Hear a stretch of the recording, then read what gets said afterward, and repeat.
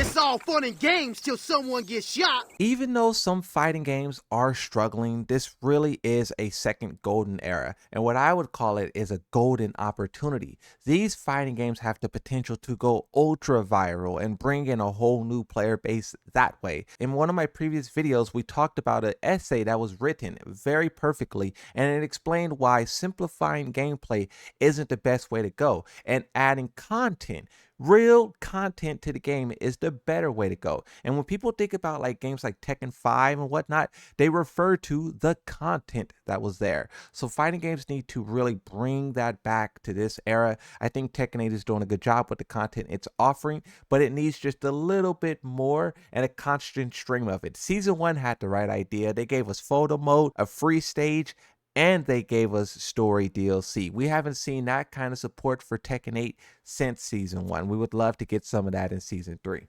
But kind of showing how fighting games are alive, I had this tweet that went ultra viral, 2.9 million views. I mentioned this once before, but now that that conversation has pretty much concluded, it lasted about a week. You can see that the inspiration for it went far and wide, so far to where even the official Kick account was making a parody of it with Kick streamers, even the Espanol Kick account as well. And then you have an account here that is like all about I Show Speed, and they were making a parody of it. So you can just see, like, even though fighting games is niche, we have the ability to reach far and wide. Even this meme here displays all of the great stuff that's out there, that some are brand new, some are on the way, and some has been kicking for 20 years and will do so for so much more. So many posts all across Twitter is just celebrating every individual announcement, and Tekken 8 is finally a part of that conversation with the announcement of Season 3,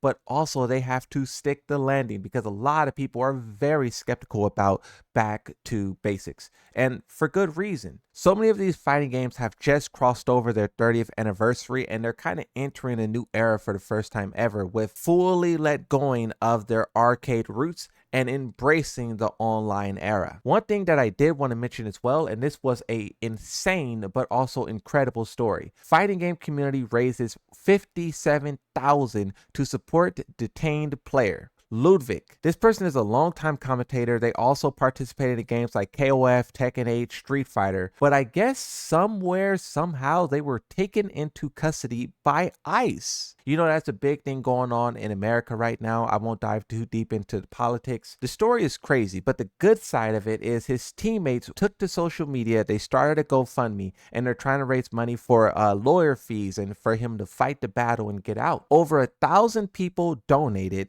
It went from 30,000 to 56,000, and they're trying to push for a little bit more. The actual goal is 90,000. You know, lawyers and stuff is expensive, but this is just the good part of the FGC, where people are coming together for a very good cause and they're putting all the petty stuff aside. There was a meme that was posted to Facebook about Harada not being found in Epstein files, and he made this really long tweet. I'll scroll slowly so you guys can pause and read if you want, but basically he said that he's a gamer, bro. He's not touching grass. He never touched grass. Back in the day, he was just gaming, making video games, playing video games, grinding, beating dungeons, battling, and that's kind of how he spent his early years, and he loved every second of it. Even though he's retired, it's still cool that we get stories like this from time to time. Another thing that's happening, you guys may not be aware of this, is the EVO Awards is very quickly approaching. Last year this happened, and people were kind of upset because Street Fighter cleaned house. You know, Street Fighter is the biggest fighting game on the planet, so if you do an awards where players vote, players are just going to vote for their favorite content creators and their favorite pros, and whichever content creator has the most followers, have the biggest audience, will clean house. And we've seen that last year.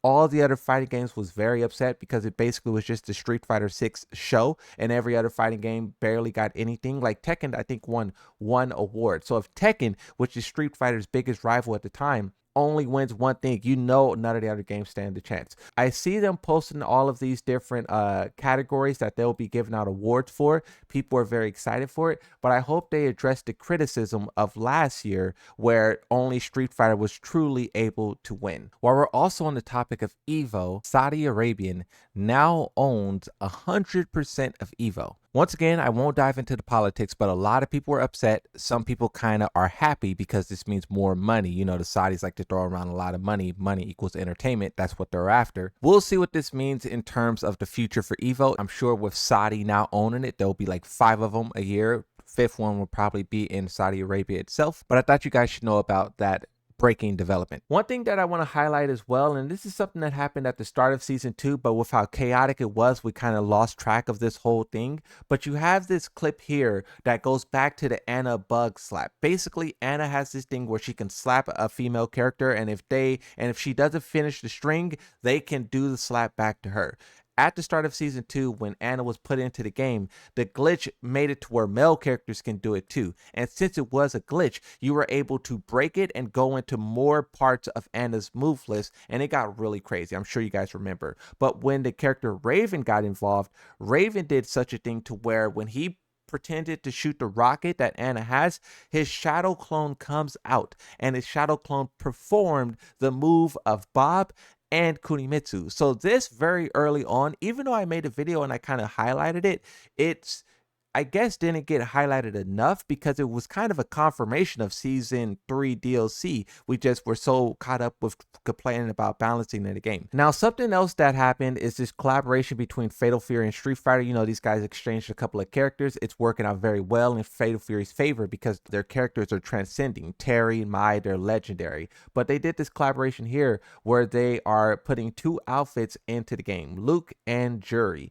And this is something that I was saying just a second ago on Twitter, that it was done in Tekken Cross Street Fighter between Street Fighter and Tekken, and they should bring it back now. And literally the next day after I made that tweet, they had this announcement. So it's cool to see that they still have this idea and it's not like a foregone thing, but I would love to see Tekken get involved in it because I mean, look at how cool these outfits are. Yes, some of them look a little bit jank, but that's more so because of how old the games were and how weird the art style was of Street Fighter Cross Tekken. But if they did this with Tekken 8 or Street Fighter 6, it would look phenomenal and would uplift both games. Now, as for season 3, those of you who know, my prediction for its release was March 16th. Now, even though a lot of people always think that I'm wrong and I'm just yapping, I was very, very close. March 17th is when the balance actually will be happening. This is when the patch will drop. But then also what they'll be doing for this is resetting the ranks, practically setting everyone back 4 ranks,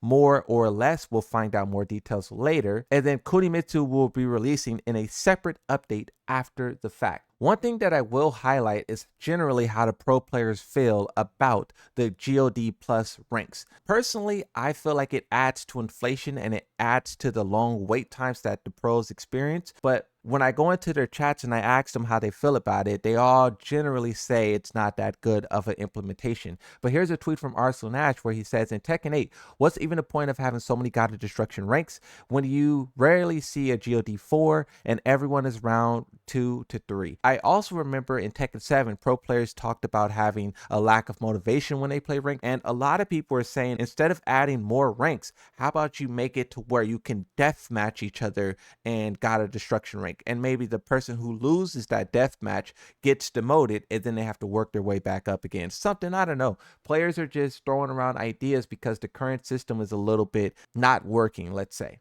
Another thing that I want to highlight is this tweet here from Nakatsu where basically someone was asking what is the best way to get your feedback to the developers. We know in season 3 they are preparing to release a Discord where you can join it and participate and give your feedback directly that way. But until that happens, he says, we appreciate it if you could post your requests for improvements or additions to the game features using hashtag Tekken8 in both Japanese or English. Team members of Tekken check those hashtags daily. Now, an idea that's been thrown around for quite some time is making the previous battle pass available. You know, a lot of people left season 2 because the game was not balanced properly, as you can see with this tweet here. But people would like for the passes they missed out on, whether or not they showed up to the game late, whether or not they took a break from the game, they would still want access to it. And this person is even suggesting the idea of just making it straight up purchasable. I was saying for the people who missed out on previous battle passes, if the bonus section was things that they missed out on, people would be more incentivized to, one, complete the current one,